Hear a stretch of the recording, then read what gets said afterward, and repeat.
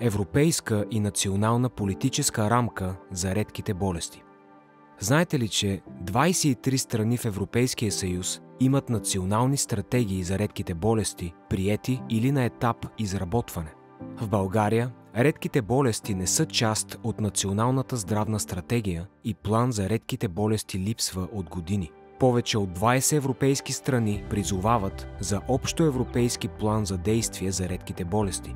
Базиран на цели, план за действие за редките болести следва да отговори на неудовлетворените нужди на засегнатите лица и семейства, като включва осигуряване на по-качествен и по-дълъг живот за засегнатите, чрез намаляване на времето за диагностициране до 6 месеца.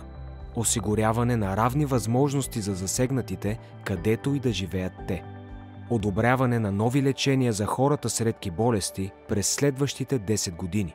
Ние, гражданските организации на хората с редки болести, излагаме исканията си в манифест, в който настояваме за спазване на европейските ценности за равенство и солидарност и на основното право в Европейски съюз за закрила на здравето и призоваваме политиците и институциите за неотложно действие за редките.